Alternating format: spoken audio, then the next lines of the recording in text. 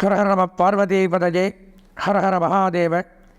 தென்னாருடைய சிவனை போற்றி, எந்நாட்டவர்க்கும் இறைவா போற்றி. அன்பார்ந்த எங்களுடைய டிவோட்டினேஷன் தமிழ் தொலைக்காட்சி நேயர்களுக்கு உங்களுடைய ஜோதிட ஆச்சாரியர், ஜோதிட குரு சிவஸ்ரீ சரவணமாணிக்க சிவாச்சாரியர், முதல்வர் காஞ்சி காமகோடி பீடம், வேத சிவாகம பாடசாலை, சங்கரமடம், காஞ்சிபுரம், அடியனுடைய பணிவான வணக்கங்கள் மற்றும் ஆசீர்வாதங்கள். இப்போ எங்கள்கிட்ட ஜாதகம் நிறைய பார்க்குறாங்க. இப்போ ஆன்லைன் மூலமாகவே நீங்களே இந்த வீடியோவை பார்த்துட்டு பார்க்குறீங்கன்னு வச்சுக்கோங்க. அவங்களுடைய எல்லாருடைய கேள்விகள் அப்படின்னு பார்த்தோம்னா, சாமி எனக்கு இந்த யோகம் இருக்கா, எனக்கு அந்த வீடு கட்டுற யோகம் இருக்கா, எனக்கு வாகனம் வாங்குகிற யோகம் இருக்கா, திருமண யோகம் எப்போ வரும், எல்லாருமே எனக்கு லாட்ரி வாங்கலாமா, இந்த யோகம் இருக்கா, அந்த யோகம் இருக்கா, அதிர்ஷ்டம் இருக்கா, இது ஒரு எல்லாருடைய ஆசையான ஆவலான கேள்வி எனக்கே இருக்கும். என் ஜாதகத்தை பார்த்து எனக்கு இந்த யோகம் இருக்கா, நமக்கு எப்போ இந்த காரியம் நடக்கும், இப்படியே தான் இருக்குமா, எனக்கு யோகமே கிடையாதா, அவன்லாம் பாரு எங்கூட தான் படித்தான், எங்கூட தான் இருந்தான், இப்போ அவன் பெரிய பொசிஷனில் இருக்கான், நாம் மட்டும் ஏன் இப்படி இருக்கோம். அப்போது அந்த யோகங்கள் அப்படின்னு எடுத்துட்டோம்னா, ஜாதக ரீதியாக பிரித்து பார்க்கும் பொழுது 300 வகையான யோகங்களை சொல்கிறார்கள். அதில் பார்த்தோம்னா ஒரு 30 வகையான யோகங்கள் மெயினாக முக்கியமான யோகங்களாக கருதப்படுகிறது. அந்த 30 வகையான யோகங்கள் யாராருக்கு எந்தெந்த நேரத்தில் எப்பப்போ கிடைக்கும் அப்படிங்கிறத நம்ம தெரிஞ்சுக்கிறோம். பார்த்தோம்னா அந்த யோகங்கள் அப்படின்னு பார்த்தோம்னா, ஜாதகத்தில் ஒரு கிரகத்திற்கும், ஒரு கிரகம்னா ஜாதக கட்டத்தில் ஒரு கிரகத்திற்கும் மற்றொரு கிரகத்திற்கும் இருக்கக்கூடிய சம்பந்தத்தை பற்றி தான் சொல்லக்கூடியது இந்த யோகங்கள். அதனுடைய பார்வையோ சேர்க்கையோ அல்லது அதோட வீட்டில் பரிவர்த்தனையோ, நான் ஒவ்வொரு தடவை ஒவ்வொரு பதிவுலையும் சொல்லுவேன், ஒவ்வொரு கிரகத்துக்கும் ஒரு வீடு சொந்த வீடுன்னு. சூரியன்னா சிம்மராசி சொந்த வீடு. இப்போ சிம்மத்தில் இருக்கக்கூடிய சூரியன் கடகத்தில் இருந்தால் கடகம் சந்திரனோட சொந்த வீடு, கடகத்தில் இருக்கிற சந்திரன் சிம்மத்தில் இருந்தால் பரிவர்த்தனைன்னு பேர். இவரோட வீட்டில் அவரும், அவர் வீட்டில் இவரும் இருந்தால் பரிவர்த்தனை. அப்போ அந்த பரிவர்த்தனையாகி 5ஆம் இடத்துல குரு இருக்குது, 4ஆம் இடத்துல கேது இருக்குது, இப்படியெல்லாம் இருந்தால் உனக்கு இந்த யோகம் ஏற்படும். இப்படிங்கிறத பற்றியெல்லாம் தெளிவாக சொல்கிறது தான் இந்த ஜாதக யோகங்கள் அப்படிங்கிற தலைப்பு. அதாவது கிரகங்கள் மற்றொரு கிரகத்திற்கும் இருக்கக்கூடிய கிரகத்திற்கும் உள்ள சம்பந்தங்களை பற்றி சொல்லக்கூடியது. அதில் பார்த்தோம்னா சந்திர யோகங்கள் அப்படின்னு சந்திரனை வைத்து சொல்லக்கூடியது ஒரு 5 விதமான யோகங்கள் ஏற்படும். சூரியனை வைத்து சொல்லக்கூடியது 5 விதமான யோகங்கள் ஏற்படும். இதனால் சந்திரனை வச்சு சொல்லக்கூடிய யோகங்கள் அப்படின்னு எடுத்துட்டால் துருதுரா யோகம், அனபா யோகம், சுனபா யோகம், இதெல்லாம் யோகத்துடைய பேர் நிறையா இருக்குது. இந்த மாதிரி ஹேமத்ரிம யோகம், நமக்கு தெரிஞ்ச யோகத்துடைய பேர், இதற்குலாம் பலன்கள் உண்டு. கஜகேசரி யோகம், சந்திரமங்கல யோகம், அதியோகம், சகட யோகம். அப்புறம் சூரியனை வச்சு சொல்லக்கூடியது பார்த்தோம்னா வேசி யோகம், வாசி யோகம், சுப உபயச்சாரி யோகம், அப்புறம் பஞ்ச மகாபுருஷ யோகங்கள் பேர், பத்ர யோகம், ரிச்சக யோகம், சச்ச யோகம், ஹம்ச யோகம், மாலவிய யோகம், இப்படி. இதுக்கப்புறம் பொதுவான யோகங்கள் அஷ்டலட்சுமி யோகம், இதெல்லாம் யாருக்கு ஏற்படும் அப்படிங்கிறதெல்லாம் தெரிஞ்சுக்கணும்.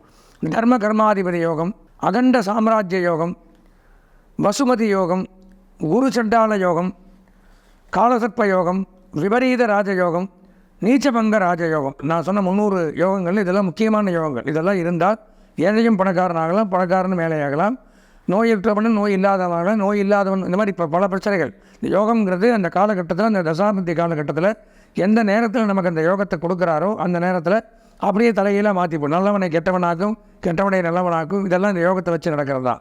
நல்லா இருந்தார், நேற்று வரைக்கும் பார்த்தா ஆடி காரில் போனார், இன்றைக்கி என்ன சைக்கிளில் போகிறார் அப்படின்னு நம்ம நினைக்கலாம். அதுக்கு இந்த மாதிரி யோகங்கள் மாற்றிக்கிறோம். நேற்று வரைக்கும் சைக்கிளில் போயின்றவங்க திடீர்னு இப்போ என்னடா ஆச்சு, லாட்ரி ஏற்றி அடிச்சிச்சா கேட்குறமா இல்லையா? அந்த யோகம் எப்படி நமக்கு கிடைக்குது, எப்படி திடீர் முன்னேற்றம், திடீர் வளர்ச்சிக்கு நீ என்ன பண்ண, 2 பேரும் ஒரே தொழில் தானே பண்ணுறோம். இதெல்லாம் நடக்குது, நம்ம கண்கூட பார்க்கணும். இல்லாத யாரும் சொல்கிறதில்ல, கண்கூட நடக்கும். ஒரே டேரக்டர் 10 படம் இருக்கிறார், ஒரு படம் நல்லா பிச்சுன்னு போகும், இது 9 படம் ஓடுறதில்ல. காரணம் அந்த டைமில் இவருக்கு அந்த யோகம் இருக்கும். படத்தில் ஒன்றுமே இருக்காது, ஒரு விஷயம் இருக்காது.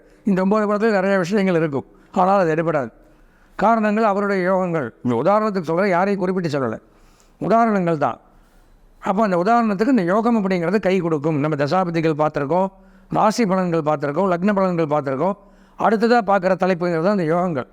யோகங்கள் மூலமாக எந்தெந்த காலகட்டத்தில் என்னென்ன நடக்கும், அதுக்கு நம்ம என்ன பண்ணணும் அப்படிங்கிறது தான் இந்த பதிவில் நம்ம பார்க்குறோம். நாம் இப்போ பார்க்குறது அகண்ட சாம்ராஜ்ய யோகம், மிகச்சிறப்பான யோகம். அகண்ட சாம்ராஜ்ய யோகம்னு பேர், இதுக்கு பேர். இது எப்படி ஏற்படும் ஒரு ஜாதகத்தில், ஒரு ஜாதகருக்கு அப்படின்னு பார்த்தோம்னா, 2, 9 அல்லது 11 கூடையவன் அப்படின்னா புரியுமா? உங்கள் லக்னத்தை எடுத்துக்கணும். நீங்கள் சந்திரன், கடக லக்னம்னா சந்திரன் அதிபதி. லக்னத்துக்கு 2ங்கும் பொழுது சந்திரனுக்கு அடுத்தது கடகத்துக்கு அப்புறம் சிம்மம், அது 2ஆம் இடம். அதுக்கு அதிபதி யார்? சூரியன். சிம்மத்துக்கு அதிபதி சூரியன். அப்புறம் 9ஆம் இடம் கடகம்னு வச்சுங்க. கடகம், சிம்மம், கன்னி, துலாம், விருச்சிகம், தனுசு, மகரம், கும்பம், மீனம். 9ஆம் இடம் மீனம், அதுக்கு அதிபதி குரு. சூரியன், குரு. 11ஆம் இடம் அப்படின்னு எடுத்துட்டோம்னா ரிஷபம், சுக்கிரன்.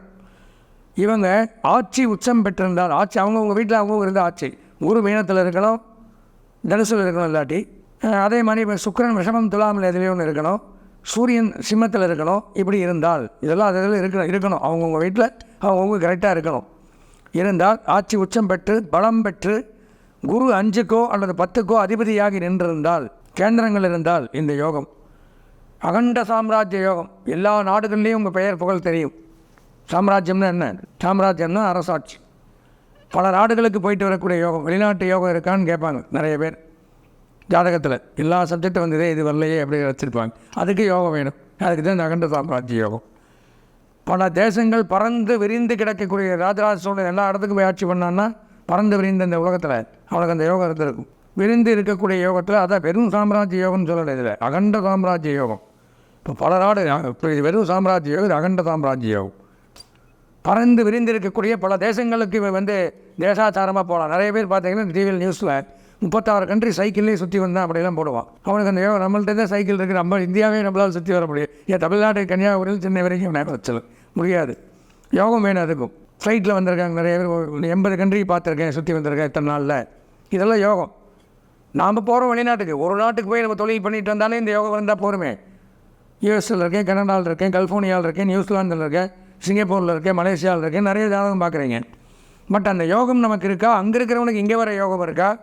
இதுக்கெல்லாம் இந்த அகண்ட சாம்ராஜ்ய யோகம் தான் உதவி பண்ணும். இப்போது நம்மளுடைய தலைவர் பிரைம் மினிஸ்டர்லாம் போகிறாருன்னா அவருக்கு அந்த யோகம் இருக்குது. அதனால தான் பல தேசங்களுக்கு போய் இப்போ உரையாற்றிட்டு வர்றார், பல நாடுகளுக்கு போகிறார். யோகம் இருக்கிறதால தான் போக முடியுது. ஒரு நாட்டுக்கு போனாலும் சரி, பல நாடுகளுக்கு போனாலும் சரி, இந்த அகண்ட சாம்ராஜ்ய யோகம் இருந்தால் மட்டும்தான் நம்ம ஜாதகத்தில்.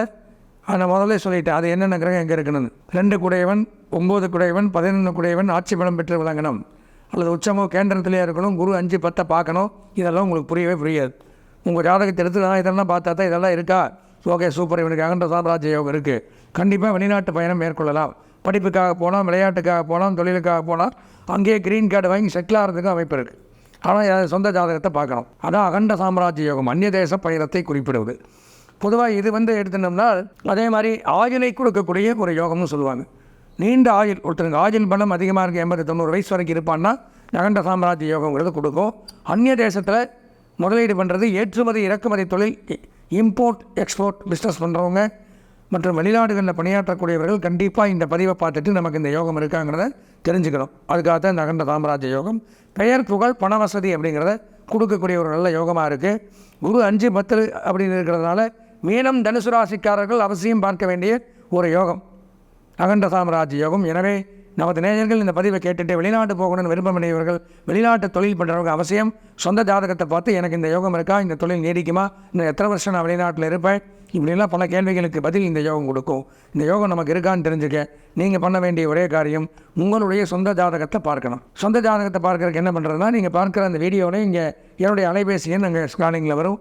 தாராளமாக அதுக்கு தொடர்பு கொண்டு உங்களுடைய சொந்த ஜாதகத்தை பார்த்து இந்த அகண்ட சாம்ராஜ்ய யோகம் மற்றும் இதர விஷயங்களை நீங்கள் தெளிவாக துல்லியமாக தெரிந்து கொண்டு வாழ்வாங்கு வாழ எல்லாம் வல்ல இறைவனை பிரார்த்தனை செய்து ஆசீர்வதித்து விடைபெறுகிறேன். நன்றி, வணக்கம்.